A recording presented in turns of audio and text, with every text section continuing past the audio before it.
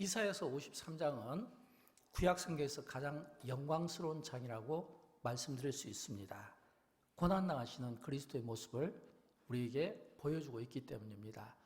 그래서 이사야서 53장을 주님이 당하신 그 고난, 그 모습을 상상하며 또 우리가 과거에 봤던 패션 오브 크라이스트라든지 또는 예수님의 순환과 관련된 영화라든지 영상 또는 사진 등을 보면서 이사야서 53장과 오버랩을 시키게 되면 정말 그 장면 하나하나 그리고 단어 하나하나가 얼마나 주님이 당하신 그 고난이 참 처절하고 또 주님이 당하신 그 고난 가운데 만약 하나를 선정해서 내가 그 하나의 고난만 내가 한번 경험해 본다 라고 하더라도 정말 감당하기 어려운 그런 경험이 될 것으로 생각합니다. 왜냐하면 이사야서 53장은 예수님께서 당하신 그 모든 그 고난이 다 포함되었습니다. 근데 여러분 똑같은 고난이라도 아시는 바와 같이 내가 당하는 그 고난이 나의 죄 때문이라면 그래도 억울하진 않지 않겠습니까? 또 내가 당하는 죄 때문에 당하는 고난이라면 우리는 예상할 수 있지 않겠습니까? 내가 이런 죄를 범죄했기 때문에 내가 이런 형벌을 받는 것이 마땅하다 받아들일 수가 있는 겁니다. 그러나 예수님께서 당하신 고난은 그런 고난이 아닙니다. 모든 인류의 죄를 대속하시는, 그래서 하나님의 뜻을 이루시기 위한 십자가의 고난이므로 이 고난은 우리가 상상할 수 없는 고난이 되는 겁니다. 우리가 조금 전에 읽었던 말씀 가운데 3절부터 5절에 있는 말씀을 우리 다시 한번 묵상을 해볼까요? 제가 좀 읽어드릴게요. 그는 멸시를 받아 사람들에게 버림을 받았으며, 멸시를 받아 사람들에게 버림을 받았다는 겁니다. 강고를 많이 겪었으며 질고를 아는 자라, 마치 사람들이 그에게서 얼굴을 가리는 것 같이 멸시를 당하였고, 그 다음에 뭐라고 되어 있냐면 우리도 그를 귀히 여기지 아니하였도다. 우리도 그를 귀히 여기지 아니하였도다. 그는 실로 우리의 질고를 지고 우리의 슬픔을 당하였거늘 우리는 생각하기를 그는 징벌을 받아 하나님께 맞으며 고난을 당한다 하였노라. 그가 찔림은 우리의 허물 때문이요 그가 상함은 우리의 죄악 때문이라. 그가 징계를 받음으로 우리는 평안을 누리고 그가 채찍에 맞음으로 우리는 나음을 받았도다. 이 말씀을 가만히 묵상해 보면 정말 이 말씀 속에서 주님이 당하신 그 고난 하나하나가 그 고난의 깊이와 그리고 그 고난의 크기를 우리가 가늠하기 어렵습니다. 그런데 이런 말씀이 5절로 끝나는 것이 아니라 이사야서 53장 전체에 이런 내용들을 담고 있다고 하는 겁니다. 오늘은 성금요일입니다. 굳이 시간적으로 따지자면 성금요일은 예수님께서 십자가를 지신 시간이고 오전 9시에 십자가를 지셔서 오후 3시에 운명하실 때까지 그 하나하나 십자가에서의 그 고난과 또 십자가를 지기까지 그 전날 밤 당하셔야만 했던 그 주님의 고난을 깊이 묵상하는 시간이 되면 좋겠습니다. 특별히 예수님께서 고난받으실 때 2가지 일을 하신 것을 기억하십시오. 첫째는 예수님께서 고난을 당하실 때 우리에게 죄를 돌리지 않으셨다라고 되어 있습니다. 우리에게 죄를 돌리지 아니하셨다. 오늘 본문 7절을 보면 그가 곤욕을 당하여 괴로울 때에도 그의 입을 열지 아니하였으며, 마치 도수장으로 끌려가는 어린 양과 털 깎는 자 앞에서 잠잠한 양같이 그의 입을 열지 아니하였도다. 2번이나 그 고난 앞에서도 예수님께서 자기 죄 없음을, 무죄를 입증하시지 않았다는 겁니다. 왜냐하면 예수님께서 십자가를 지신 것은 하나님의 뜻이고 인류를 구원하기 위해서 십자가를 지는 것 외에는 다른 방법이 없었던 겁니다. 그래서 그 십자가를 지실 때 그 십자가의 그 형틀에서 당하신 그 전날의 그 고난 가운데서도 예수님은 입을 열지 않으셨다. 이 말은 십자가를 지시기 위해서는 입을 열을 수가 없었던 겁니다. 자신의 무죄를 입증하면 안 되었던 겁니다. 그래서 죄 없으신 무죄하신 그리스도께서 그 죄를 다 짊어지시고 한 겁니다. 그 죄를 짊어지시고 갔을 때 그 모습은 마치 양이 털을 깎인 것처럼, 여러분 양이 털을 깎이면 어떻게 되겠습니까? 우리 몸에 있는 털은 아주 작겠지만 그런 우리 몸에 있는 털을 한번 뽑는다고 생각해 보십시오. 따끔거리고 아프겠죠. 그런데 그런 정도가 아니라 털 전체가 깎인다면 그 양은 그 죽은 거고, 그리고 그 양은 죽으면서 가장 비참한 모습으로 고통을 받지 않겠습니까? 그런 것처럼 예수님께서 당하신 그 고통은 그 이상이었다고 하는 겁니다. 그러나 예수님은 이 십자가의 고난을 받으셔야만 했습니다. 그래야 하나님의 공의를 만족시키는 일고 우리를 구원하시는 길이었기 때문입니다. 두 번째, 예수님께서는 고난받으실 때 우리에게 죄를 돌리지 않으시며 하신 일이 기도였습니다.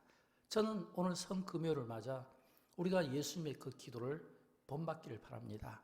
오늘 본문 12절 말씀인데 우리 같이 한번 읽어보도록 할까요?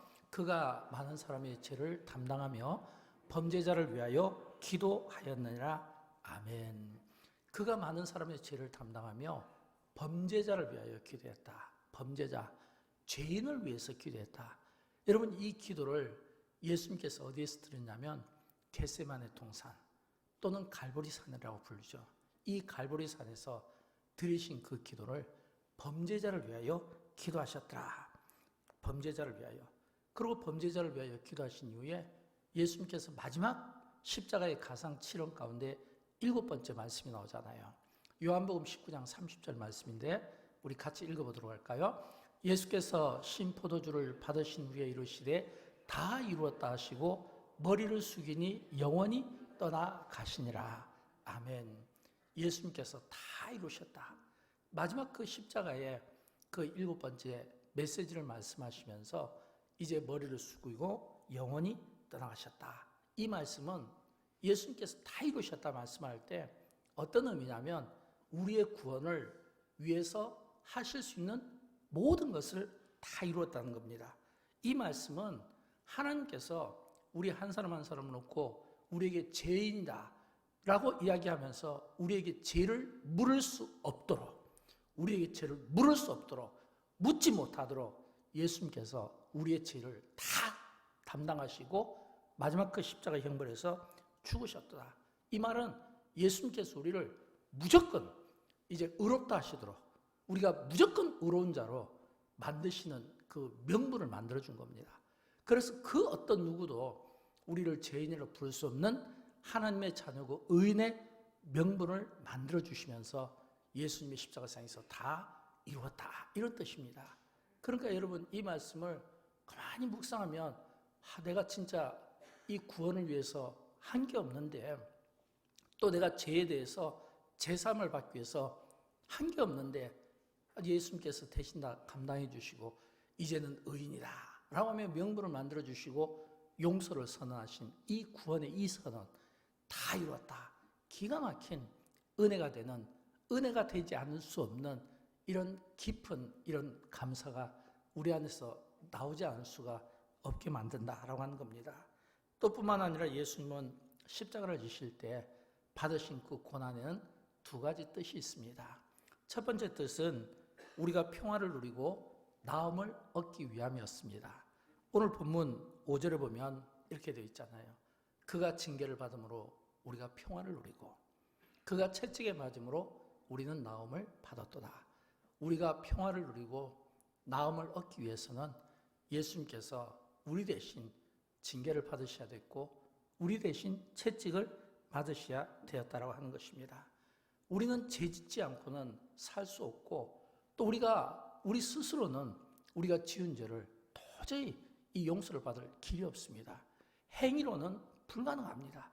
그래서 예수님께서 대신 짊어지시고 우리에게 평안을 주시고 우리에게 나음을 주시기 위한 주님이 당하신 십자가의 고난이다라고 하는 겁니다. 예수님께서 공생의 기간 중에 이런 말씀을 해주셨잖아요. 수고하고 무거운 짐진 자들아 다 내게로 오라. 내가 너희를 쉬게 하리라. 인생의 수고를 경험한 모든 자들에게 그 수고 가운데 주님이 오라.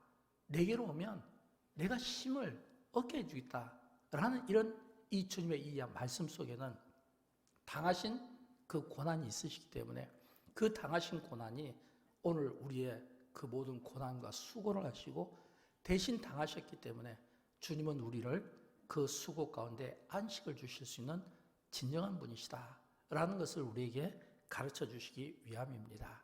또 두 번째, 예수님의 십자가 고난에 담긴 것은 하나님의 공의를 이루시기 위함이었습니다. 오늘 본문 6절 말씀인데 같이 읽어보도록 할까요? 여호와께서는 우리 모두의 죄악을 그에게 담당시키셨도다. 아멘.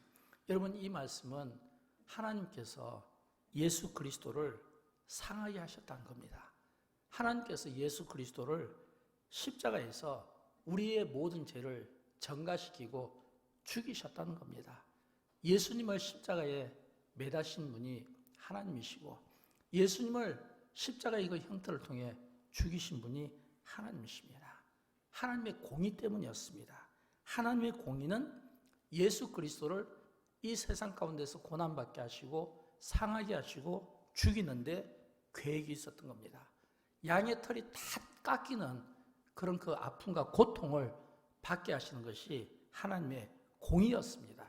하나님의 공의는 우리를 얼마나 사랑하시냐면 하나밖에 없는 자기 아들을 내어서 세상에서 고난만 받게 하시고 환난만 받게 하시면서 마지막까지 그 아들을 때리고 그 아들을 숨어주고 그 아들에게 상처를 입히고 또 그 아들을 이제 십자가에 메어서 죽이게 하시는, 그렇게 비참한 그 죽임을 당하게 하셔야만 우리를 구원하실 수 있는 명분을 만들어 주시고 그 방법이 아니고는 우리를 죄와 사망의 법에서 구원할 수가 없었던 겁니다. 그래서 예수님은 그래서 하나님은 자기 아들에게 그 모든 십자가 형벌을 다 짊어지게 하시고 우리를 사랑하신 그 크신 그 사랑의 그 하나님, 우리를 위해서 자기 하나밖에 없는 아들까지 가장 소중한 것을 우리에게 내어주시면서까지 우리를 사랑하시는 그 하나님의 그 끝없는 그 한없는 그 무한한 사랑을 우리가 생각하지 않으면 안 되는 것입니다. 사랑하는 여러분, 우리는 많은 경우 예수님의 고난을 묵상하면서 나의 고난이라고 머리 이성적으로는 우리가 알고 있습니다. 또 예수님의 그 고난과 그 십자가의 그 형벌을 보시면서 내가 당할 고난이었다고 생각하고 있습니다. 그래서 우리는 하나님 앞에 늘 마음에 회개하는 자세를 취하고 있습니다. 그러나 진짜 하나님 그 버리신 그 아들, 그 사랑과 그 십자가의 고난 앞에서 정말 우리는 얼마만큼 회개하며 우리가 살아갈까요? 얼마나 그 십자가의 그 은혜에 감사하며 살아갈까요? 오늘 본문은 그렇게 고난당하시는 그 그리스도 앞에서 우리는 어떤 삶을 살고 있는가? 오늘 본문은 두 가지로 우리에게 보여주고 있는데 본문 3절을 보면 이런 말씀이 나오잖아요. 그를 귀히 여기지 아니하였도다. 주님이 고난받으실 때 그 고난의 현장에서 그 지켜보는 그들은 귀히 여기지 않았다는 겁니다. 이 말은 예수님의 그 고난을 당연하게 여겼다는 겁니다. 이 말은 예수님의 그 구속의 그 십자가의 그 고난을 이해를 하지 못했다는 겁니다. 여러분, 이것은 우리도 마찬가지일 거라고 생각합니다. 우리가 많은 경우 예수님의 십자가를 묵상하고 그 십자가를 사랑하며 그 십자가가 나를 위한 고난이고 사랑이라고 생각하면서도 불구하고 우리가 정말 그리스도를 귀히 여겼는가 아닌가라는 이런 정직한 고백이 우리 안에 있었으면 좋겠어요. 왜냐하면 오늘 본문 6절은 우리에게 이렇게 말씀하고 있습니다. 우리는 다 양 같아서 그릇 행하여 각기 제 길로 갔거늘. 주님이 그 십자가의 그 고난 앞에서도 그처럼 주님을 따르고 주님의 제자라고 수제자라고 자부했던 그들은 전부 다 그릇 행하여 각기 제 길로 갔다는 겁니다. 우리가 십자가의 중심으로 우리가 그 사랑을 이야기하고 있지만 이것이 오늘 우리의 모습이 아닐까. 이 각기 제 길로 갔다는 것은 진정한 그 십자가의 의미를 깨닫지를 못했다는 겁니다. 진정한 의미를 깨닫지 못하니까 각기 제 길로 갈 수밖에 없는 우리의 그 연약함을 이야기하는 겁니다. 사랑하는 여러분, 이 우리가 누굽니까? 이 우리가 그 깨달음을 갖지 못한 예수님을 귀히 여기지 못하고 십자가를 귀히 여기지 못하고 각기 제 길로 갔던 그 우리가 바로 오늘 저와 여러분을 포함한 우리 아니겠습니까? 우리가 예수님 때문에 자녀가 되었습니다. 우리가 예수님 때문에 구원함을 받고 의로운 자로 우리가 인정함을 받게 되었습니다. 그 우리가 진짜 예수님의 그 십자가의 그 고난 앞에 우리가 얼마나 동참하고 있는가라고 하는 것입니다. 예수님의 십자가의 고난과 죽으심은 바로 나 때문이고 나의 죄 때문이고 나의 구원 때문입니다. 성경은 우리에게 우리가 구원받기 위해서는 예수님이 십자가에서 죽으셔야 되고 그 죽으셨다 부활하신 그 예수님을 믿어야 우리에게 구원이 있다고 말씀해 주고 있습니다. 이 말은 십자가와 우리가 분리될 수 없는 겁니다. 십자가와 우리가 함께 가는 겁니다. 그러나 실제 우리의 삶은 우리가 십자가와 함께 우리가 그 길을, 그 고난의 길을 걸어가고 있는가라고 하는 겁니다. 진짜 십자가는 나의 고통을 하시고 나의 고통을 대신 짊어지시고 나의 죄를 아시고 죄를 대신 짊어지시고 그 죄를 십자가에 다 전가시키시고 나는 나음을 얻었고 그리고 그리스도는 죽음을 당하신 매우 끔찍한 그 고난과 그 형벌인 것을 우리가 묵상할 수 있어야 되겠다고 하는 겁니다. 저는 오늘 성금요일 오늘 이 날을 보낼 때 바울이 이런 고백을 했잖아요. 죄인 중에 괴수다. 여러분 이것은 바울의 고백이 아니라 우리의 고백이 돼야 되지 않겠습니까? 바울만 그가 죄인 중에 괴수입니다. 이렇게 말해야 되나요? 우리도 바울과 같이 똑같이 십자가 앞에서 우리 자신을 보면 우리도 죄인 중에 똑같은 괴수의 모습을 아닐까요? 우리가 십자가와 그리스도의 그 구속을 제대로 이해하지 못해서 각기 제 길로 떠나갔던 우리가 아닐까요? 우리가 사랑을 이야기하지만 우리가 은혜를 이야기하지만 우리가 선교를 이야기하지만 우리가 불우한 어떤 이웃들을 돕는다고 이야기하고 있지만 우리가 형식이나 또는 어떤 절차에 매여서 예수님처럼 이런 이 십자가를 짊어지는 이 일을 우리가 주저하고 있다면 우리 또한 각기 제 길로 갔던 바로 그 우리가 될 수밖에 없다고 하는 겁니다. 사랑하는 여러분, 예수님은 십자가에서 고난받으시고 죽으십니다. 그러나 부활하셔서 지금도 신앙 고백처럼 우리 하나님 보좌 우편에 앉아서 우리를 위하여 기도하십니다. 어떤 기도를 드리겠습니까? 십자가를 짊어지실 때 그 심정으로 기도하지 않겠습니까? 나의 구원을 위해서, 나의 연약함을 위해서, 나의 이 질병 가운데서 건진받기 위하여 내가 세상에서 약하고 비록 양처럼 살아가고 있지만 그 가운데서도 고아처럼 홀로 버려두지 아니하고 여전히 끝없이 변함없이 십자가를 2000년 전에 지신 그 똑같은 심정으로 지금도 우리가 일어나고 회복하기를 바라는 그 심정으로 주님은 지금도 우리를 위해서 기도하고 계십니다. 이 순간도 우리를 위하여 기도하고 계십니다. 우리가 죄 가운데서 넘어지지 않고 승리할 수 있도록 우리가 하나님 앞에서 온전한 회복을 하실 수 있도록 지금도 이 순간에도 피 흘리시는 그 주님은 우리를 위하여 계속해서 기도하며 우리가 회복하고 우리가 승리하기를 바라시는 이런 이 승리의 기도를 드리시지 않겠습니까? 우리가 성금요일을 잘 마칠 수 있도록 기도하시지 않겠습니까? 우리가 이 고난주간을 잘 마치고 기쁜 마음으로 부활을 준비할 수 있도록 기도하시지 않겠습니까?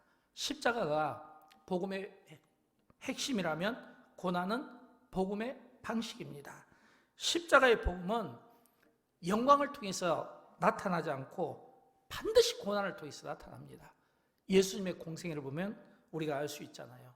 하나님 하늘의 그 영광을 다 버리시고 이 땅에 오셔서 예수님은 가난도 당하시고 고난도 당하시고 멸시도 당하시고 천대도 받으시고 십자가와 핍박과 죽음의 길까지 걸어갔잖아요. 여러분 이게 바로 복음이 세상에 나타나는 방식입니다. 다시 말하면 복음은 영광이지만 그러나 그 영광의 그 길은 사실은 고난의 길이라는 것을 우리에게 말씀해 주고 있습니다.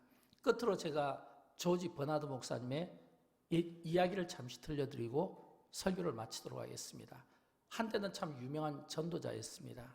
그런 그 조지 버나드 목사님이 가는 곳곳마다 그가 복음을 전할 때 그 전하는 그 복음에 많은 사람들이 열광하고 그리스도 앞에 서지만 정작 버나드 목사님은 그 안에서 굉장한 의문들이 많이 들었다고 합니다.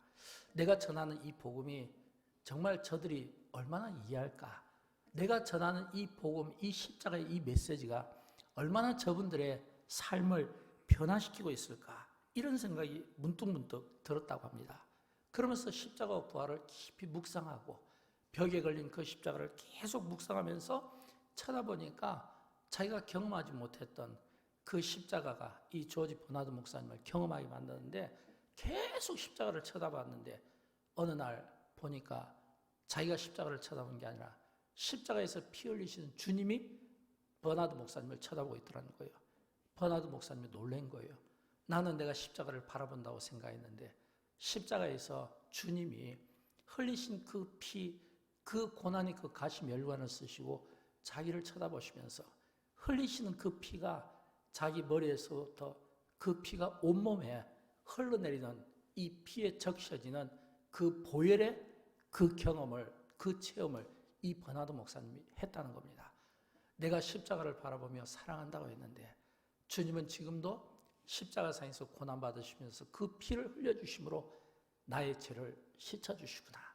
그리고 나의 병을 고쳐주시는구나. 나의 연약함 가운데서 이 그리스도의 이 피가 생명이 되어서 그 연약함이 강함으로 승리로 만들어주시는구나. 그래서 이 버나드 목사님이 그 십자가에 흘리시는 그 피, 그 보혈을 의지하고 그 체험을 하면서 그분이 작곡한 노래가 찬송가 150장입니다. 갈보리 산 위에 십자가 섰으니 주가 고난을 당한 표라. 험한 십자가를 내가 사랑하면, 험한 십자가를 내가 사랑하면 주가 보혈을 흘림이라. 주님의 그 보혈이 자신에게 흘리는 그 체험이 그분에게 있었던 겁니다. 사랑하는 여러분, 저는 우리가 이 성금요일에 그런 고백이 있으면 좋겠습니다. 내가 십자가를 사랑하며 내가 외칠 때 십자가에서 흘리시는 그 주님의 그 보혈이 오늘 나의 머리부터 나의 몸으로 그리고 나의 모든 안에 있는 이 죄된 모습부터 시작해서 모든 내 몸을 온전히 이 십자가의 이 피로 씻겨지고 담김질 당하는, 그래서 그 십자가의 그 보혈의 그 피가 나의 죄를 깨끗하게 씻음으로 말미암아 나의 죽을 육이 살아나는, 나의 죽을 영이 살아나는, 영이 살고 육이 사는 이 은혜가 오늘 이 새벽에 기도하는 여러분에게 있기를 주님의 이름으로 축원드립니다. 우리 다 함께 찬송가 150장 함께 기도하는 마음으로 주님의 십자가를 묵상하며 함께 찬송하고 기도하는 시간을 갖도록 합니다.